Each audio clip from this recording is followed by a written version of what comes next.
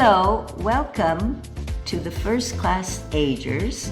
This is the podcast for the curious, fun-loving ager. We are Marlene Nix and Ido Laufer, and we're very excited to have this first conversation. Today we'll introduce us and the purpose of this podcast. So I think first we'll discuss ourselves that I'm 50 years old and Marlene is... And I am 83. And how we've met and became such good friends that we met and decided we must do a podcast together. And not only because of curiosity, but let's put it this way. I've had a wonderful experience being a student in something very new and meaningful for me, because I was going to seek out some way to find someone who could help me with this well-known problem among the elderly about falling. And luckily for me, I came upon Ido Laufer's name and gave him a call.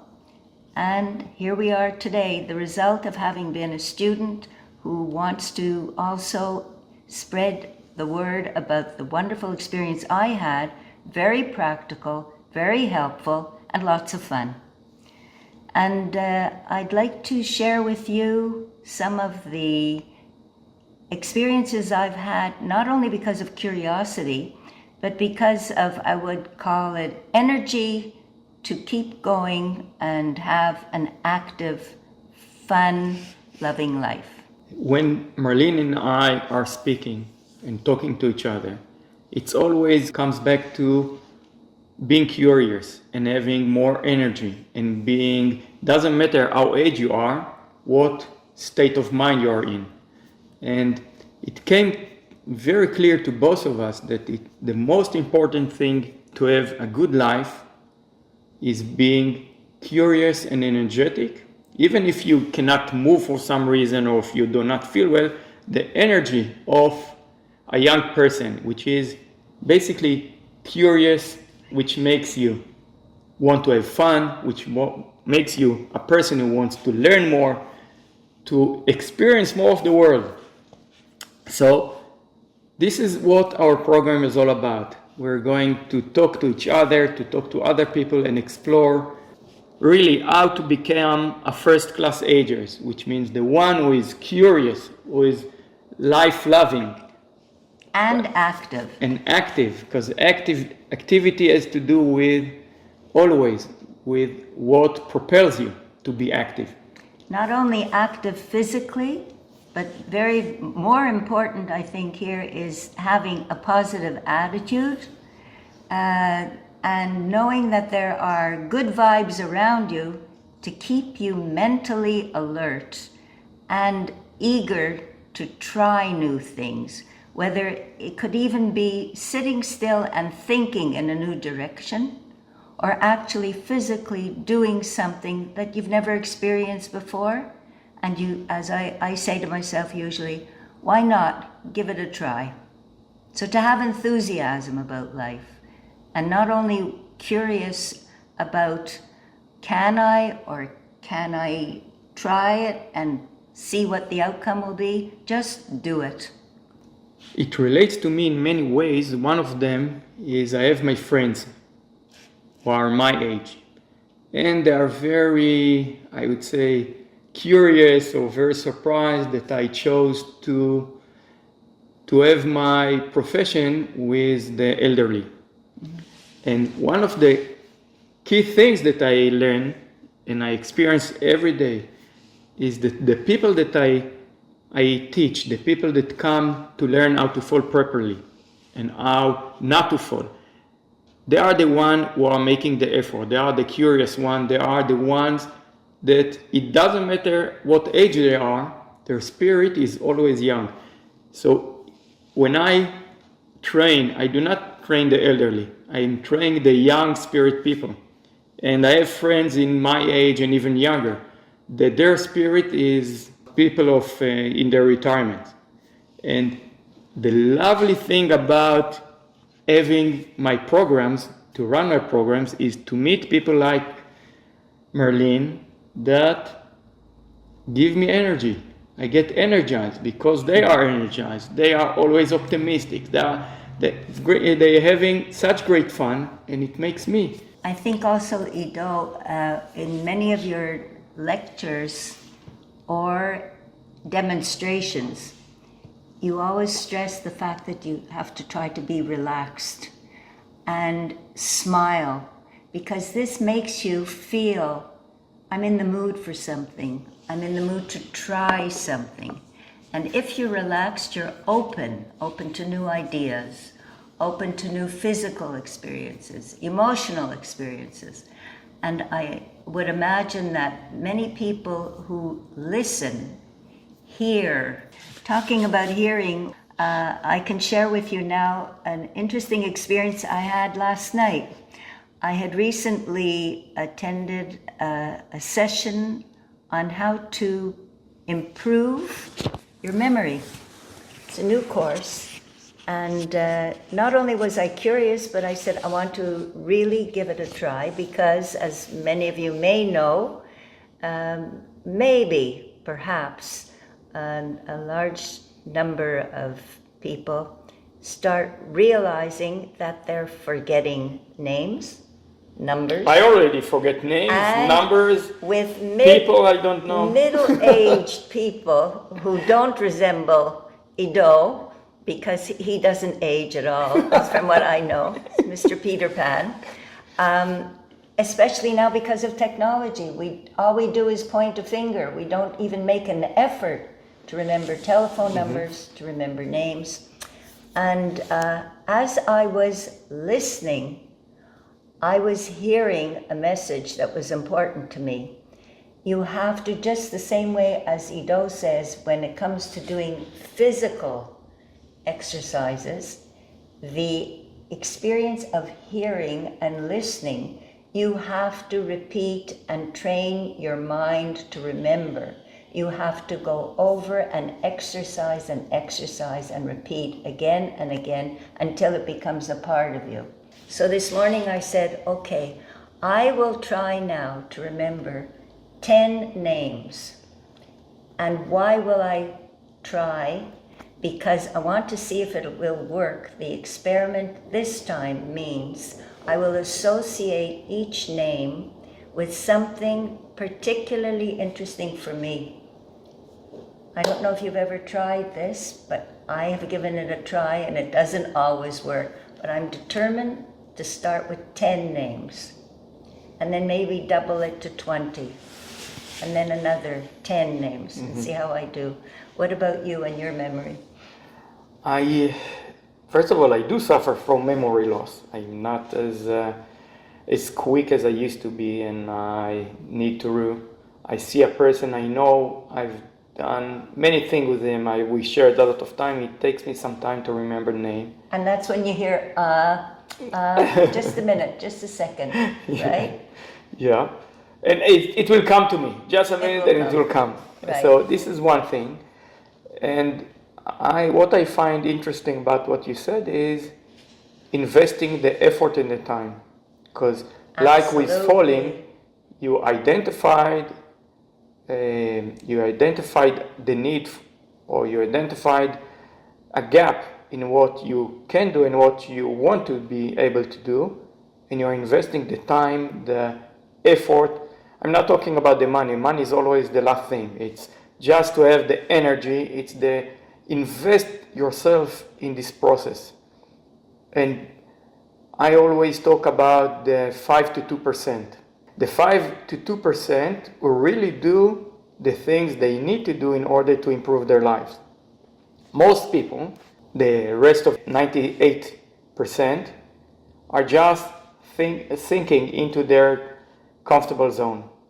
And the more they are getting into their comfortable zone, the comfortable zone is getting narrower and narrower.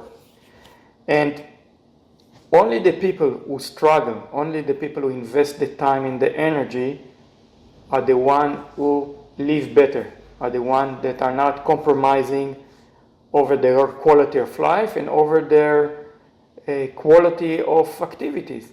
I agree with this because I can give you a perfect You can take it example, when you start. perfect example of what happened. You can be. Yes, You can right. just. I put it here. Just put it wherever Okay. it's. So, I and you give can you- take a pillow so you'll have more comfort. I want to do back Yeah. exercises. I give you the perfect example of when you have an experience, you haven't done something like this. When you were small and you tried to ride a bicycle, the first time, if you think back, it's not so long ago. For me, it just feels like yesterday. What did I feel like? Will I do it? No, I just jumped on the bicycle and I fell off and I got on again and fell off until finally I was able to do it. It's the same thing with all new experiences I find for myself. For example, last week I heard about a group of women who were auditioning to be models. And this, I think, was related to their feeling of validation. Am I pretty enough? Do I have a nice enough figure? How do I look? They were so, I would say, also curious in a positive way. What's this experience going to be for me? And should I dare try it? And so I went out to see how would I react to it. And I attended the event. And while I was observing more than, I would say, at least in the group where I was standing, there were about 40, 50 women of all ages, sizes, shapes. I said to myself, why shouldn't I try it? I've never had this experience. And will it validate my courage to try it? Will it prove to me that, in quotes, at my age, I too can compete in this? So I went ahead. And when I was called to appear in front of these judges, in quotes, I looked at them sitting ahead of me. I said, okay, just walk over when your name is called, and away you go, which is what I did. And when I was asked to answer the question, how old are you? I honestly said the number 83.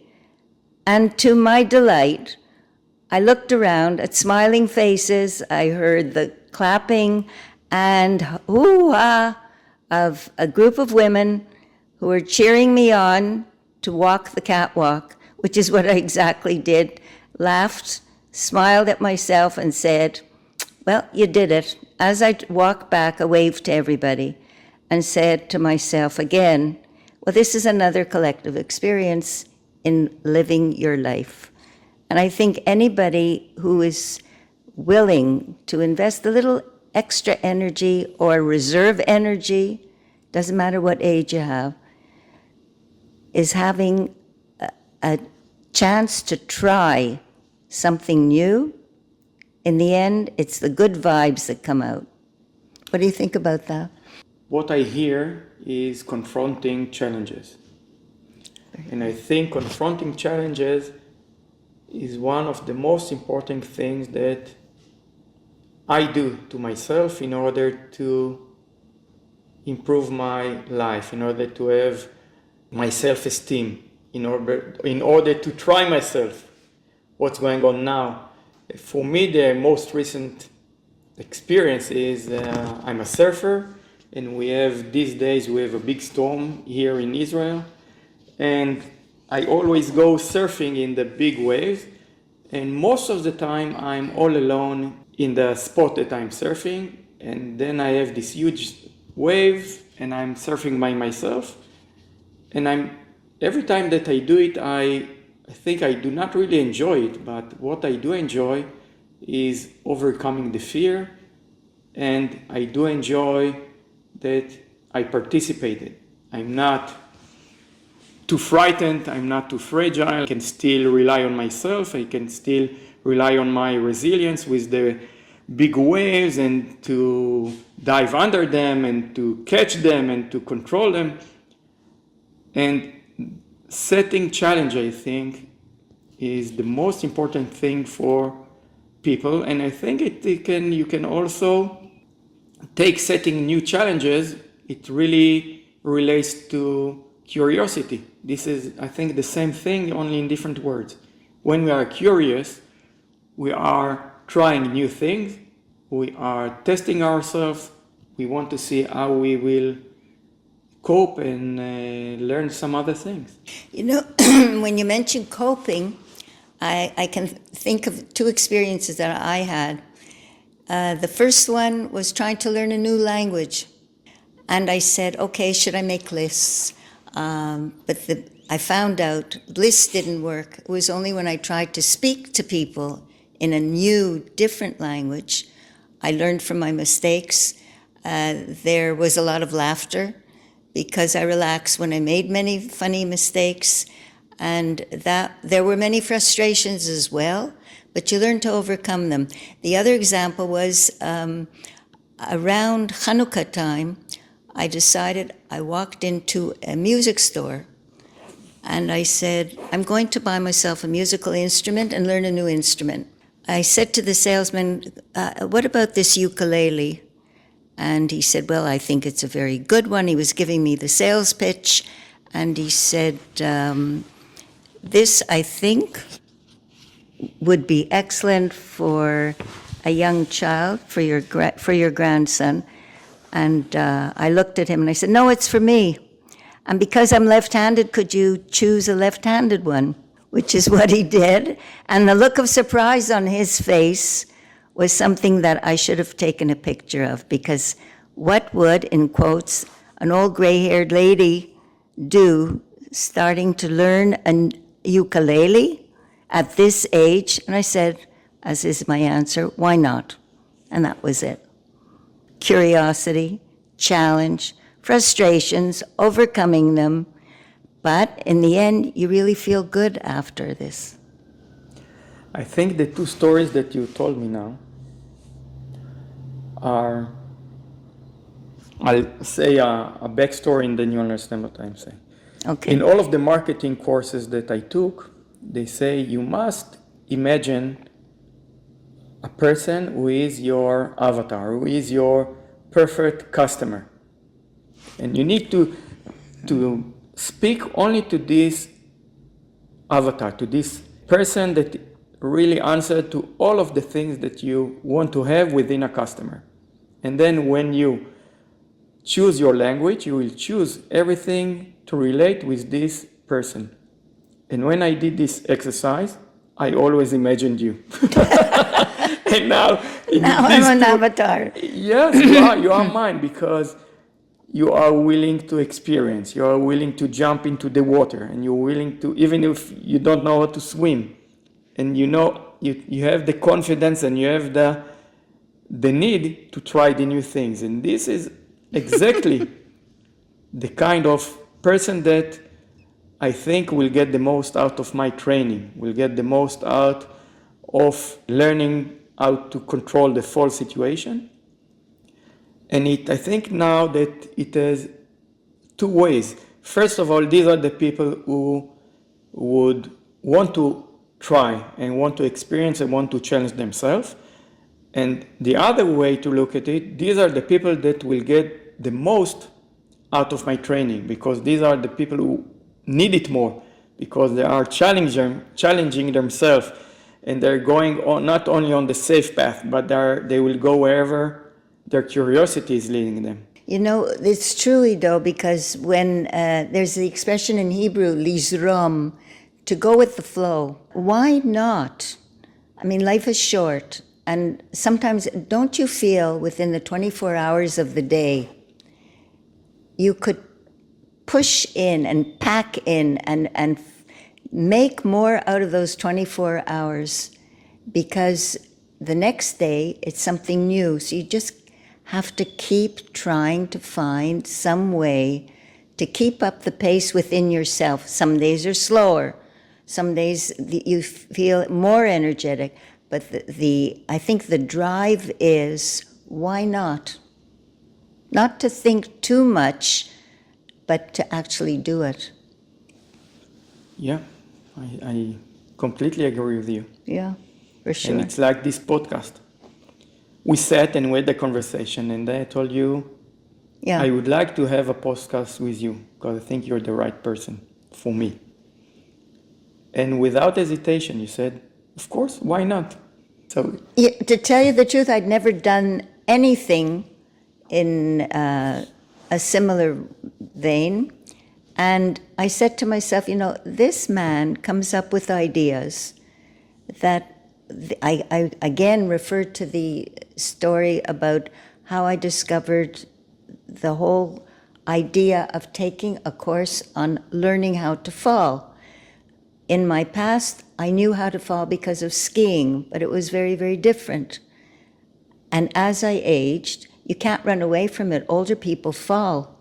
And I didn't want to think about it. But then when I said, this is important, when you mentioned with your enthusiasm and curiosity about podcasts, me, you, what's it all about? Not only is it fun, but I think it can help people. And helping people is very important because when you give something, you get so much more in return. This I know because I was a social worker. This I know because of the work that you do by helping so many people and their reactions to it. And we've talked about this, and I've listened when the other people shared with you how you helped them. So it does help not only yourself, you help the people around you, because it also gives you creative energy. And that's what it seems to be about. I think we have a lot. We've spoken and talked about the main issue of curiosity and the reason for this podcast. And Yep. I think it's, for the first experience and for the first lesson, I think it's a good one. I think it will be a bestseller. So, thank you very much for listening. And I thank you for thinking up the idea. This has been lots of not only fun, but a new learning experience. And I'm looking forward to the next time that we share this. Same here. And I would like to say thank you, Ido, for the opportunity to try out this experiment. And thank you, Merlin, for joining me and jumping in. And people don't know it, but it takes some preparation to do it, and you did it so willingly, and we're still working together, which is great fun. And with the audience, you people, we wish you many more interesting podcasts, and let's hear more about what life offers you by telling you a little bit about what we experience.